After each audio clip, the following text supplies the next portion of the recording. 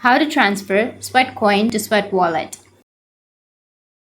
So if you want to transfer Sweatcoin to your Sweatwallet, then what you need to do is first you need to open up your Sweatcoin application. Once you open up your Sweatcoin, here you will get this kind of interface. So you just need to simply go with the upper right, which has that balance option. Once you tap on balance, you'll get this kind of interface. And if you tap on that balance, it will take you to your Sweat wallet. So just enter your fingerprint and then just go with your Sweat wallet. And here you'll have this kind of interface, right?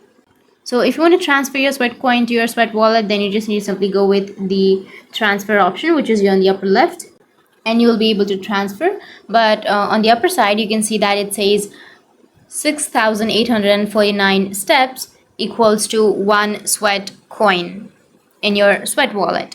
So it will automatically transfer your steps to your Sweat wallet.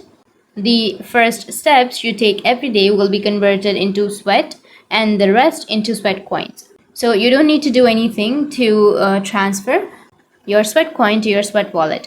The only thing you need to do is you just need to simply increase your steps, and once you increase your steps, then it will automatically convert those steps to your Sweat wallet balance.